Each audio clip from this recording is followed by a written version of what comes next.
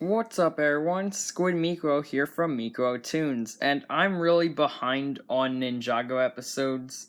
Not like seeing them, like I've seen all of them, but I haven't talked about all of them. So today I'm going to talk about 4 episodes in a new series called Quickthoughts, and I think it's pretty self-explanatory what the series is. But let's just hope it's actually quick. So the first episode we're talking about today is Powerless.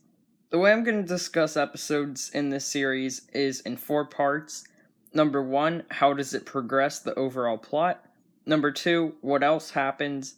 Number 3, is it enjoyable? And number 4 is just any additional thoughts. Powerless progresses the plot by introducing a scroll of forbidden spinjitzu. It's the first time we see one in the season.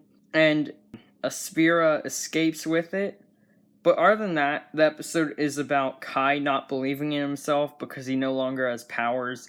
And they try to force like a character arc here similar to when Lloyd lost his powers at the end of season 8 and like he had that character arc in Hunted. And they try to like force that with Kai. But this series, or like the Fire chapter, which is like the first half of Secrets of the Forbidden Spinjitzu, if you weren't aware, it started off slow, so now that it's closer to the end, like, they're starting to get a little rushed, so there's not really time to put Kai's arc in here, and Kai's arc just comes off as cliche and pretty cheesy. But I still think that the episode is enjoyable, especially the action sequence, because, like, the action is just really good in this season. And the episode also introduces Char, who's, like, a bad guy. He's just kind of there, he doesn't do much.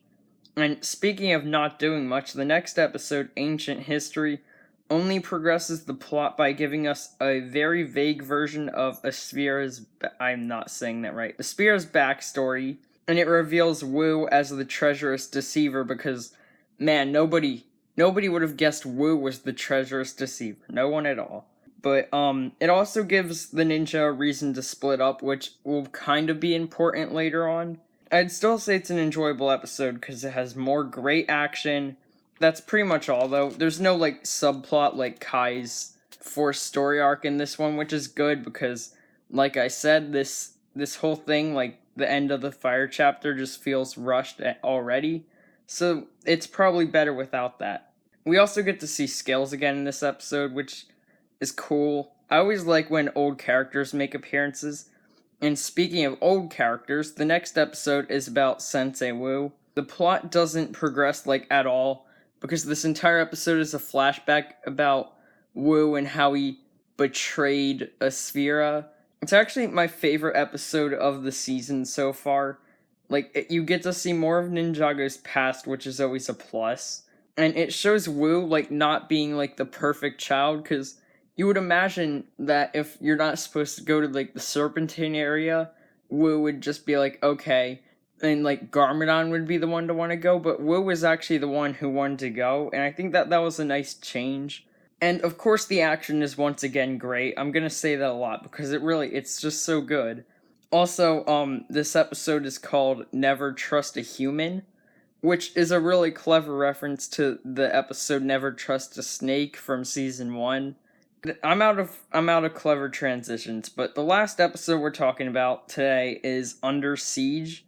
In this episode, Aspira attacks the monastery and gets closer to her revenge as Lloyd, Zane, and Nia find out where to get the second scroll of Spinjitzu so they can save everyone. A lot of this episode is actually just delaying the final fight against Aspira, which, like, that doesn't feel... It's, like, a weird thing to do because this feels so rushed, yet they still delay the fight. Also, Kai is a jerk in this episode. Like, he just judges, and he's, like, really harsh towards Wu because Wu messed up once when he was a child. Like, Kai's messed up plenty of times. He has no right. And they try to make that part of Kai's no powers arc, even though they kind of resolved it in Powerless. But it just doesn't really make much sense, and it makes Kai feel kind of unlikable in this episode. But luckily he does forgive Wu by the end. We also get to see Clutch powers again, which is always a plus. So overall, it's like not the best episode, but it's not like the worst either. The next episode, however, is like really, really bad. and I'm going to talk about that in our video. But that's all I've got for you guys today. Squid Micro is out. Peace.